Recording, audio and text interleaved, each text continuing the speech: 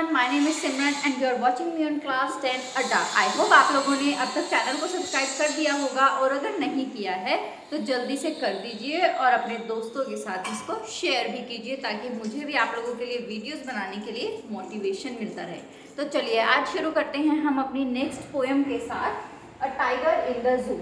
इससे पहले मैं आपके साथ फर्स्ट फ्लाइट का chapter 1 a letter to God, उसकी दोनों poem dust of snow, fire and ice and Nelson Mandela chapter जो है आप लोगों के साथ ऑलरेडी डिस्कस कर चुकी हूँ। लिंक आपको डिस्क्रिप्शन बॉक्स में मिल जाएगा। तो चलिए विदाउट वेस्टिंग मच टाइम हम अपनी आज की पोएम स्टार्ट करते हैं। सो बेसिकली इस पोएम का जो बेस है वो क्या है, a tiger in the zoo. इससे आप लोगों को पता लग गया कि एक जू के टाइगर के बारे में बात हो रही है इस पोएम में पोएट ने। अब इस पोएम का पोएट कौन है आप लोग मुझे कमेंट बॉक्स में बताना, ठीक है। उससे क्या होगा, आप लोगों को पोएट याद भी हो जाएगा, मैं भी बताऊंगी, लेकिन अगर आप लोगों को पता है तो कमेंट बॉक्स में बताओ। तो इसमें पोएट ने हमें बताया है कि एक टाइगर जो जू के अंदर है और एक टाइगर जो नेचुरल हैबिटेट क्या होता है, जैसे जो टाइगर है वो तो जंगल में ही रहेगा ना, तो वहाँ पर वो कैसे होता, अगर वो फ्रीडम में होता तो वो कैसे रहता, और जू में है तो वो कैसे रह रहा है। तो टाइगर के उसी कंडीशन के बारे में हमें बताया है। तो चलिए पोएम को लाइन वाइज स्टार्ट करते हैं। क्या है, he talks in his vivid strips. अब यहाँ पर ही किसके लिए यूज हुआ है, टाइगर के लिए। वैसे तो टाइगर के लिए इट यूज होना चाहिए, बट ये क्या है आप लोगों की पर्सोनिफिकेशन। दिस इज पर्सोनिफिकेशन आप लोगों की लिटरेरी डिवाइस है, ठीक है। अगर आप लोगों को लिटरेरी डिवाइस की भी अगर इस पोएम की चाहिए तो लिंक आपको डिस्क्रिप्शन बॉक्स में मिल जाएगा, और आने वाली वीडियोस में भी मैं आप लोगों को राइमिंग स्कीम्स और ये सब बहुत अच्छे से करवाऊंगी, तो चैनल को सब्सक्राइब करना। तो यहाँ पर ही टाइगर है, वैसे इट आना चाहिए, एज अ पर्सोनिफिकेशन यूज हुआ है। He talks in his vivid strips. Vivid strips क्या होती है, वो जो टाइगर के ऊपर लाइंस बनी होती है ना वो। स्टॉक्स का मतलब क्या होता है, बहुत धीरे धीरे क्या है, चल रहा है। The few steps of his cage. अब केज तो छोटा सा ही होता है ना, अब वो चल रहा है तो कितना ही चलेगा, जितना केज का एरिया होगा उतना ही चलेगा, तो वो उसमें चल रहा है। On pads of velvet quite, उसके जो पैर होते हैं ना, पॉज जो टाइगर के, वो बहुत सॉफ्ट वेलवेटी से होते हैं, तो जब वो कदम रखता है तो वो कोई भी साउंड नहीं करते, बहुत सॉफ्टली वो अपने पैर रखता है। In his quiet rage. अब रेज क्या होता है, रेज होता है एंगर। क्वाइट भी है, वो शांत है, अपने आप को शांत दिखा रहा है, लेकिन उसके अंदर तो गुस्सा भरा हुआ है ना, क्योंकि वो एक जो है पिंजरे के अंदर कैद है, तो उसके अंदर बहुत गुस्सा है क्योंकि वो फ्रीडम से जो है इधर उधर घूम नहीं पा रहा है। तो यही है इस पैराग्राफ में। दोबारा next paragraph, he should be lurking in shadow, sliding through long grass near the water hole where plump deer pass। Lurking का मतलब क्या होता है, छिपना, ठीक है। तो वो क्या कहता है, लर्किंग इन shadow sliding through long grass, कि अगर वो जंगल में होता। इस पैराग्राफ में क्या बताया गया है, फर्स्ट पैराग्राफ में वो केज में कैसे रह रहा है, सेकंड पैराग्राफ में अगर वो जंगल में होता तो वो किस तरह से रहता। तो वो क्या कहता है, he should be lurking in shadow. Lurking का मतलब छिपना, तो वो वहां पर क्या, स्लाइडिंग थ्रू लॉन्ग ग्रास, वहां पर जो जंगल में लॉन्ग ग्रास होती है वो उसके पीछे छुपता। नियर द वाटर होल, आप लोग देखते हैं ना डिस्कवरी में, आप लोगों को दिखाते हैं कि वहां पर एक जो है वाटर होल होता है, वहां पर एक प्लम्प डियर आता है।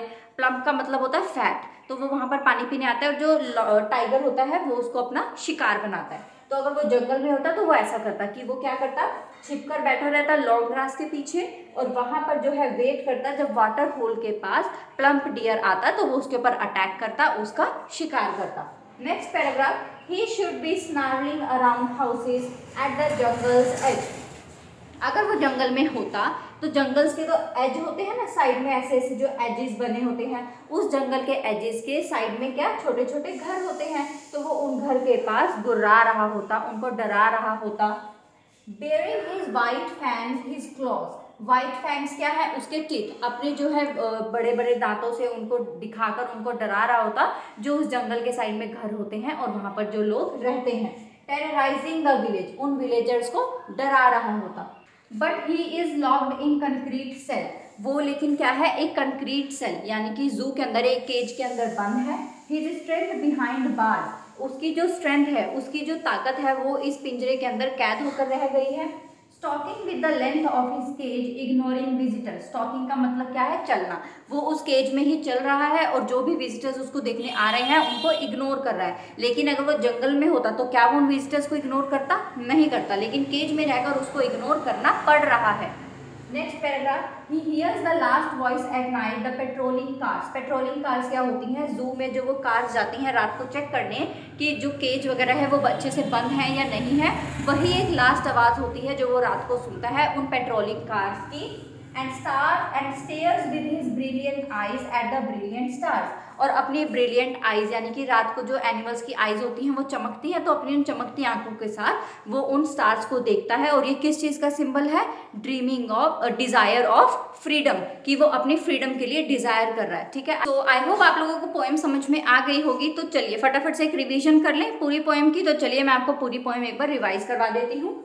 He stalks in his vivid strips the few steps of his cage on pads of velvet quiet in his quiet rage। First paragraph में वो कहता है कि वो अपने विविड स्ट्रिप्स के साथ अपने जो छोटे छोटे कदम रखता है, सॉफ्ट कदम रखता है, और वो क्वाइट रेज यानी कि शांत स्वभाव के साथ होता है, लेकिन उसके अंदर जो है गुस्सा भरा होता है। He should be lurking in shadow, sliding through long grass near the water hole where plump deer pass। वो लेकिन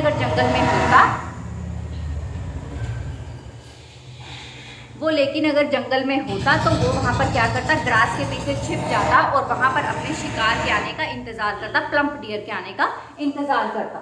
He should be snarling around houses at the jungle edge, वो उन घरों के पास जो है जाकर स्नार्लिंग करता, रोरिंग करता। Bearing his white fangs, his claws terrorizing the village, और अपने उन सफ़ेद दांतों के साथ, अपने क्लॉज के साथ उन विलेजर्स को डराता, टेरराइज करता।